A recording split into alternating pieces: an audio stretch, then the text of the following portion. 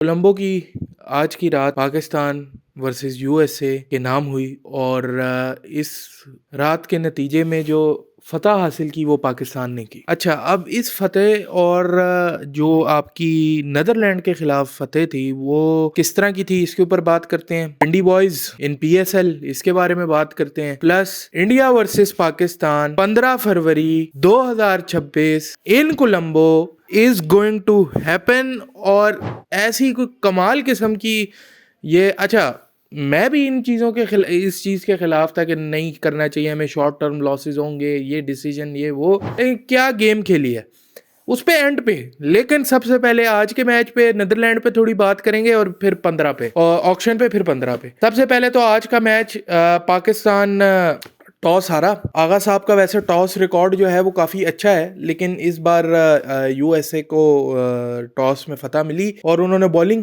का फैसला किया। पाकिस्तान जो है वो पहले बैटिंग करने आता है।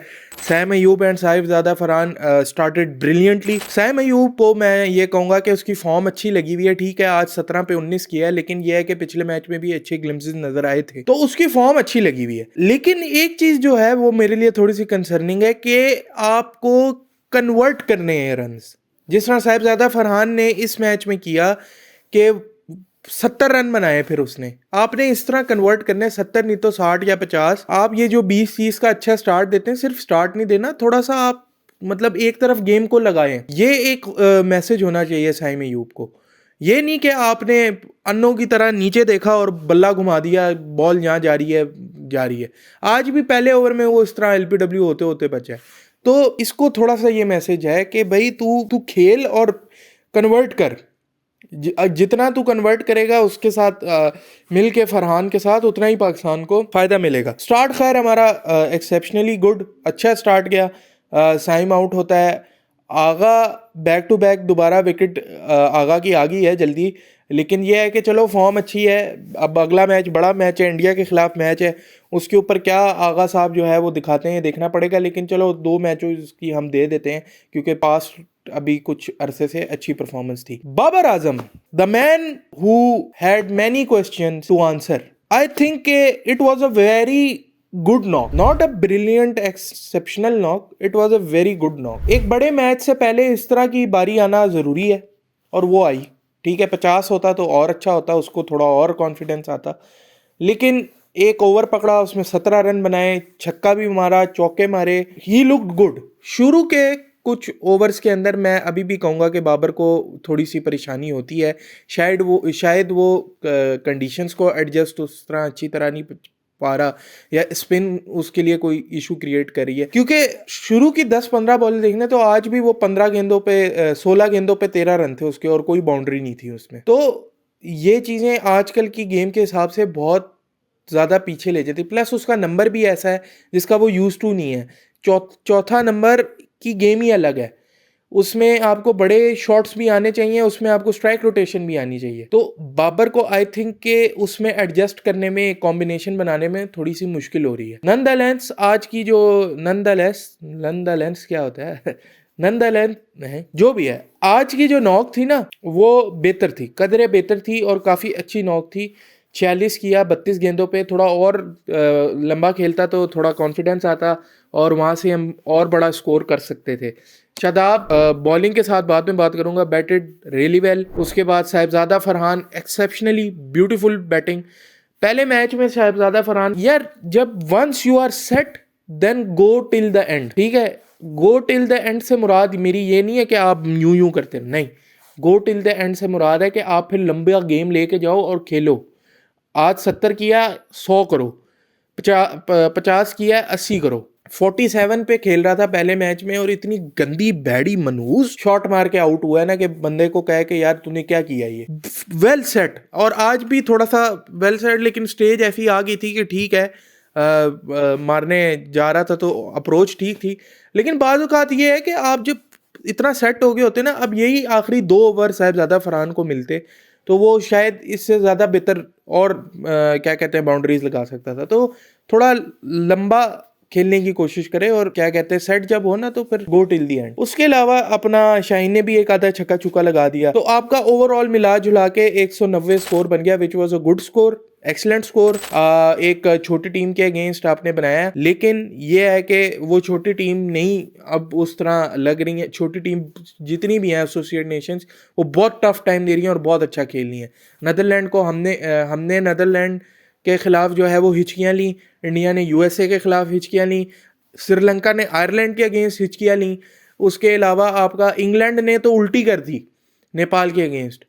तो ये हो रहा है। और इटली भी मैं देख रहा था कि वो स्कॉटलैंड वाले मैच में 12 ओवर उन्होंने बड़े अच्छे खेले। वो ठीक है एंड में आउट हो गए, लेकिन 12 ओवर उन्होंने भी अच्छे खेले। तो एसोसिएट नेशंस जो है वो बहुत ज़बरदस्त खेलनी है, वर्ल्ड कप का एक मज़ा आ रहा है। तो उस हिसाब से देखा जाए ना तो आई थिंक के यूएसए ने क्या कहते हैं काफ़ी अच्छी कारकर्दगी दिखाई।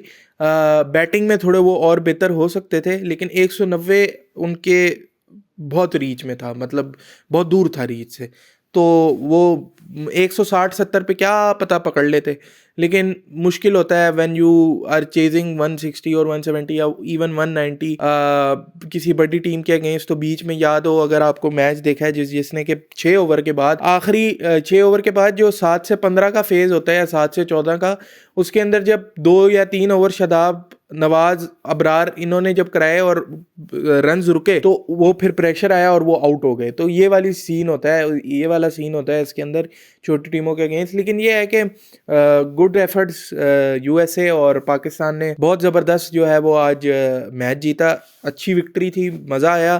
थोड़ा सा और जल्दी इनको आउट करते ना तो बहुत ज़्यादा डोमिनेटिंग विन हो जाती, जो कि बहुत हमें कॉन्फिडेंस देती इंडिया वाले मैच से पहले। बॉलिंग की जहाँ तक बात है मैच की, इस मैच की शादाब, पुराना वाला शादाब नज़र आया, फ्लाइट लूज ऊपर से आउट करने वाला, वो एक बहुत अच्छी थी। बैटिंग से उसकी फॉर्म आई। नवाज ऑलवेज अभी तक जितनी भी कमबैक हुआ है उसका जब से ब्रिलियंट फॉर्म में है। अबरार तो है ही अच्छा।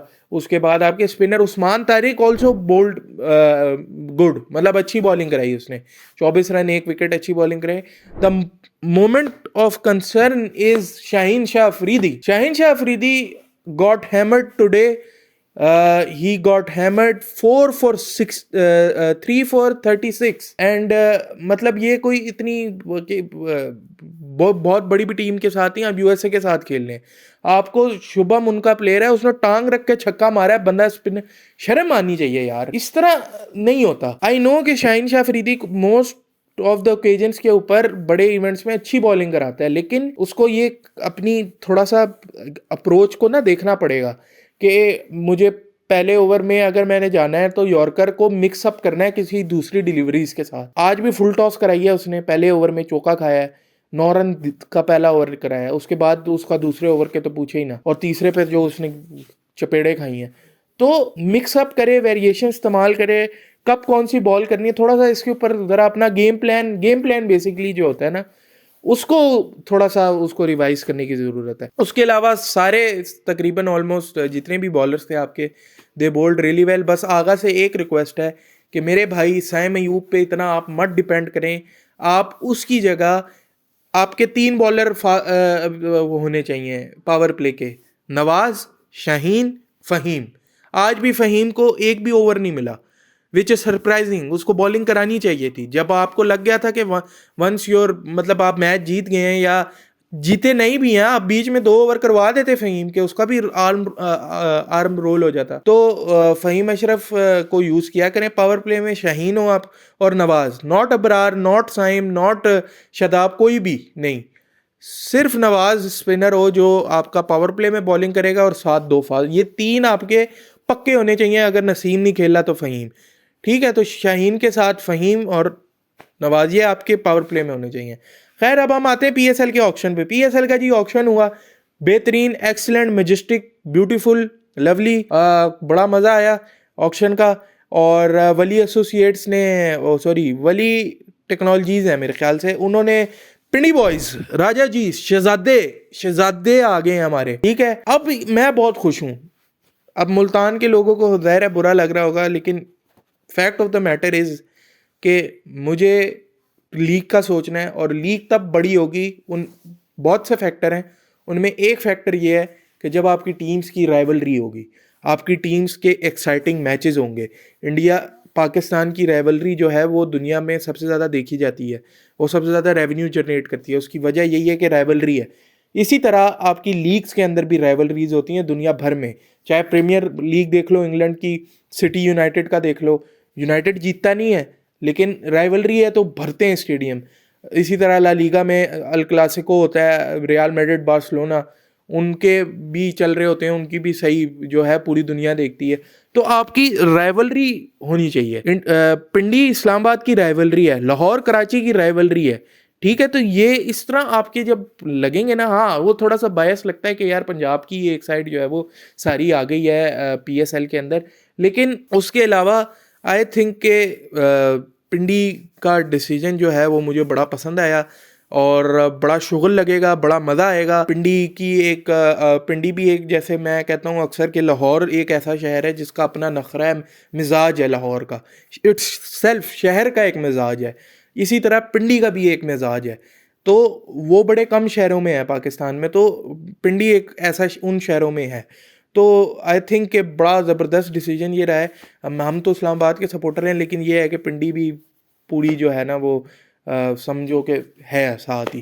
तो बड़ा ज़बरदस्त 245 करोड़ की फ्रेंचाइज बिकी है, which is the most expensive franchise for the next 10 years. और इससे महंगी हो नहीं सकती कोई फ्रेंचाइज अगले 10 साल तक। उसके बाद ऑक्शन हो तो फिर क्या पता, लेकिन ये है कि it was a great decision. कल या मतलब आज जब ये वीडियो अपलोड होगी तो PSL का भी ऑक्शन चल रहा होगा, उस पर भी देखेंगे क्या सीन है। बाकी ये है कि फिर हम आ जाते हैं 15 वाले मैच पे। 15 वाले मैच में जी बड़ा प्रोपेगेंडा, बड़ा ये वो कि PCB ये कर रहा है, PCB को घुटने पे ले आए, ये ले आए, वो ले आए। मुझे एक बात बताओ, ICC खुद चल के लाहौर क्यों आ रहा है? किसी ने नहीं बुलाया था। और ऑफिशियल कम्युनिकेशन से पहले ही ICC ने एक प्रेस रिलीज जारी की थी जिसमें उन्होंने कहा था सिलेक्टिव टूर्नामेंट नहीं खेलने देंगे, ब्ला ब्ला ब्ला।